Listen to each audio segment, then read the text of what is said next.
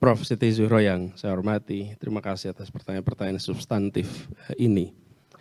Jadi ketika pertanyaan misalnya kebijakan ilmu pengetahuan teknologi apa yang perlu menjadi prioritas pada hari ini. Kami melihat kebutuhan dasar harus menjadi prioritas bagi pemanfaatan ilmu pengetahuan, teknologi dan inovasi. Apa itu? Pangan. Ini dasar sekali. Bagaimana kita memanfaatkan ilmu pengetahuan untuk mengubah agar tata niaga kebutuhan pokok kita itu sehat. Memiliki ketahanan pangan dan memiliki kemandirian dengan kekayaan alam kita yang luar biasa. Jadi Prof, kalau kita ketemu petani, kita sulit paham. Ini 70 tahun merdeka, kondisi dia nggak berubah. Kenapa di negeri lain petani bisa berubah? Kok di kita tidak? Pasti ada hal yang tidak tepat yang kita kerjakan. Di sisi lain, lihat harga beras kita lebih mahal daripada tetangga-tetangga kita. Ada yang salah apa di sini? Nah ini bukan pertanyaan politis. Ini adalah pertanyaan teknokratis. Dan dijawabnya secara teknokrasi. Nanti menjadi keputusan politis. Ini dasar. Jadi kalau menurut saya inovasi dalam kebutuhan dasar. Sehingga kita nanti bisa take off urusan yang lain. Tapi kalau urusan pangan saja kita belum beres, kita nanti akan memiliki ketergantungan yang luar biasa kepada negeri lain. Dan kita akan membuat orang-orang yang menyediakan makanan kita itu tidak pernah makmur hidupnya. Dan konsumen selalu kebebanan dengan harga mahal. Dan termasuk di dalamnya ini yang barusan kita minum ini. Ya, di banyak negeri kita sudah tidak harus lagi membeli air dalam botol. Bagaimana kita menjelaskan negeri yang luar biasa kaya dengan air ini. Dan setiap kita membayar air lebih mahal daripada bensin. Lebih mahal daripada diesel. Gimana kita menjelaskannya kepada, dan menurut saya ilmu pengetahuan jawabannya. Jadi apa ini? Kira-kira gini, pemimpin politik menentukan prioritas. Pangan beresin. Papan nih. Anak-anak muda kesulitan punya rumah sekarang. Separuh lebih penduduk Jakarta nyewa rumah. Kota-kota lain begitu. Bagaimana ini bisa diatur? Bagaimana kita siapkan? Itu menggunakan data, informasi, inovasi. Termasuk inovasi di bidang pembangunannya. Lalu kita bicara tentang mobilitas. Negeri yang sebesar ini membutuhkan pengelolaan mobilitas yang baik. Sehingga konektivitas kita terbangun dengan baik. Jadi Prof. Siti Zuhro, saya melihat pada hal yang dasar dulu di situ kita kerjakan. Jangan sampai kita lakukan inovasi hal-hal yang sifatnya good to have, nice to have. Tapi bukan fundamental. Ya kita boleh aja investasi riset bidang sepatu. Boleh-boleh saja, nggak ada masalah itu. Tapi itu bukan hal yang fundamental. Yang fundamental ini. Itu ya jawaban yang pertama, Prof. Jadi kalau itu bisa ada, lalu apa di bidang policy-nya? Pengambil kebijakan nanti akan mendapatkan opsi-opsi yang bisa diambil, konsekuensinya, pro konnya, who gets what, when, where, how much, itu akan lalu bisa diambil keputusan. Itu yang pertama. Kemudian riset apa saja agar ekonomi kita bisa mensejahterakan. Kami melihat riset-riset terutama di bidang yang memiliki efek pada peningkatan nilai tambah. Yang kedua pada penyebaran kesempatan lapangan pekerjaan. Yang ketiga pada penambahan pusat-pusat pertumbuhan perekonomian. Sehingga penelitian-penelitian ini nantinya akan bisa menjadi dasar bagi dilakukannya kebijakan-kebijakan yang meningkatkan kesejahteraan bagi masyarakat. Kami sependapat sekali, Prof, bahwa negara harus menyiapkan sumber daya yang cukup agar kegiatan penelitian itu bisa dikerjakan dengan metode yang benar dan menghasilkan temuan-temuan yang objektif.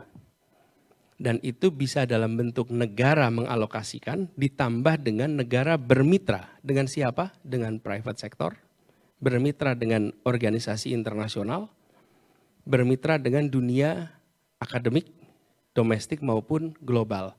Nah, bentuk dari insentif yang diberikan bisa dalam bentuk pajak, bisa dalam bentuk monetary lainnya, terutama bagi private sector, supaya mereka mau melakukan investasi di situ.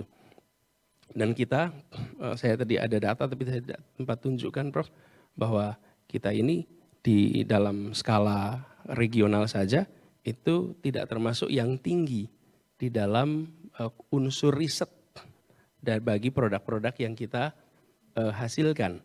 Jadi data yang kami dapatkan ketika kita membandingkan Indonesia dengan negara lain, unsur inovasi kita ini dari World Intellectual Property Organization, kita ini rank nomor 75, Singapura nomor 7, Cina nomor 11, Malaysia nomor 36, Thailand nomor 43, dan kita berada di urutan 75.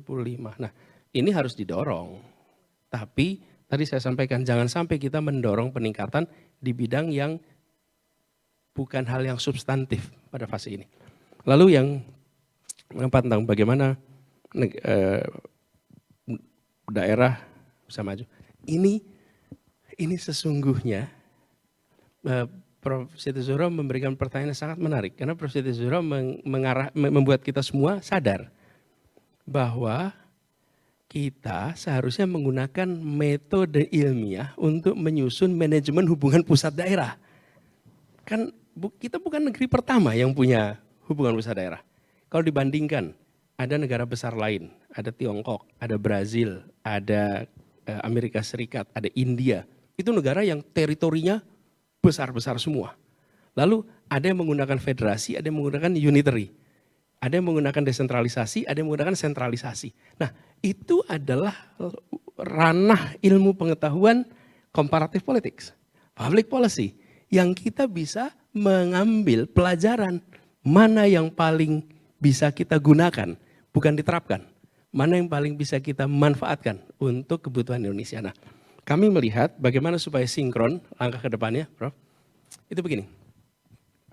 Dengan pemerintah pusat dan pemerintah daerah merumuskan pertanyaan mikro yang sama. Tapi bukan merumuskan manajemen mikro yang sama. Gak bisa, pemerintah pusat jangan melakukan micromanagement. Pemerintah pusat itu melakukannya micro questions.